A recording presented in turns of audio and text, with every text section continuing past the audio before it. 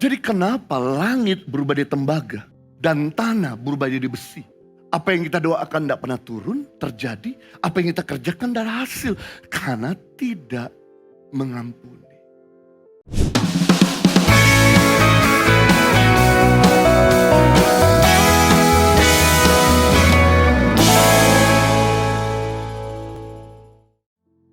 Yang kedua, komunitas yang membawa perubahan adalah komunitas yang mudah mengampuni orang lain.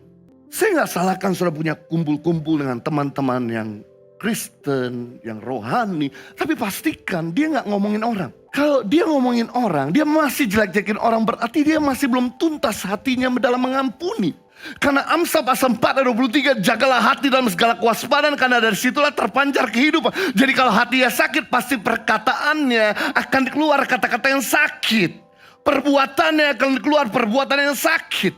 Berarti komunitas itu ada komunitas yang masih belum bisa mengampuni. Kalau komunitasmu isi gosip, berarti komunitasmu belum sehat. Bagaimana Tuhan mau berkenan kalau kamu masih ngomongin orang di dalam komunitasmu?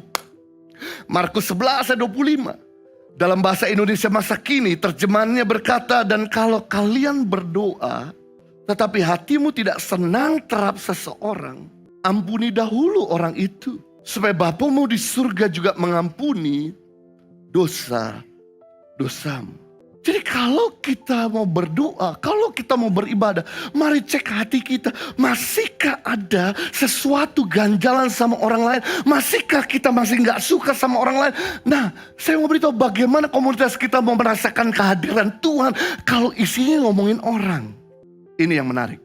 Baptisan air membuka tingkap-tingkap surga. Karena waktu kita dibaptis, membuka pintu surga. Waktu Yesus dibaptis, surga terbuka.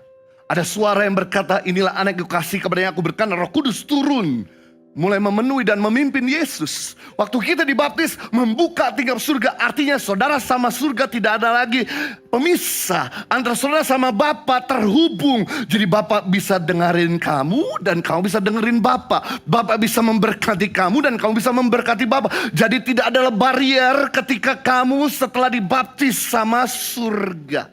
Namun waktu kamu tidak mengampuni, menutup tingkap-tingkap di surga. Yesus berpesan, waktu kamu mengampuni, Bapamu di surga mengampuni.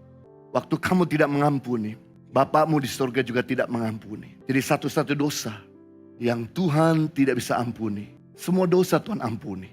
Dosa apapun, percayalah, kau bikin kejahatan seburuk apapun, waktu kamu datang sama Tuhan, Tuhan ampuni.